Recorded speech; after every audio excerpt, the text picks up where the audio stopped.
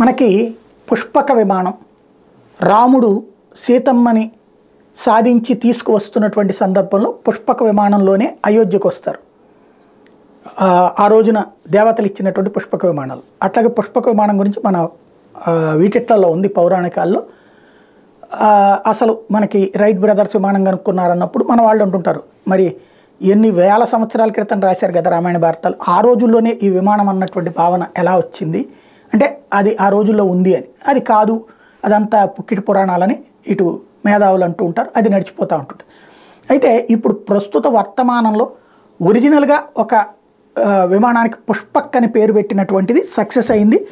అంతరిక్ష ప్రయోగాల ఖర్చును తగ్గించేందుకు వినూత్న పద్ధతులను అనుసరిస్తున్నటువంటి భారత అంతరిక్ష పరిశోధన సంస్థ విషయంలో మరో మైలురాయిని అధిగమించింది. పుష్పక్ రాకెట్ ల్యాండింగ్ ప్రక్రియను శుక్రవారం విజయవంతంగా నిర్వహించింది.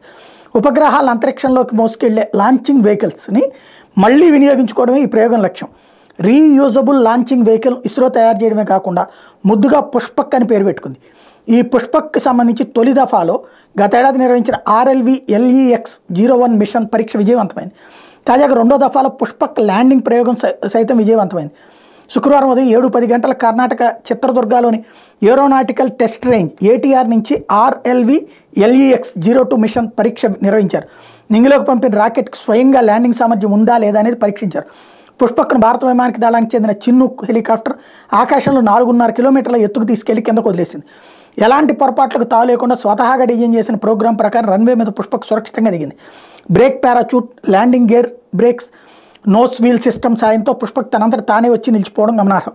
పుష్పక్ ల్యాండింగ్ ప్రయోగాన్ని విజయవంతంగా నిర్వహించిన శాస్త్రవేత్తల బృందాన్ని ఇస్రో చైర్మన్ సోమనాథ్ అభినందించారు.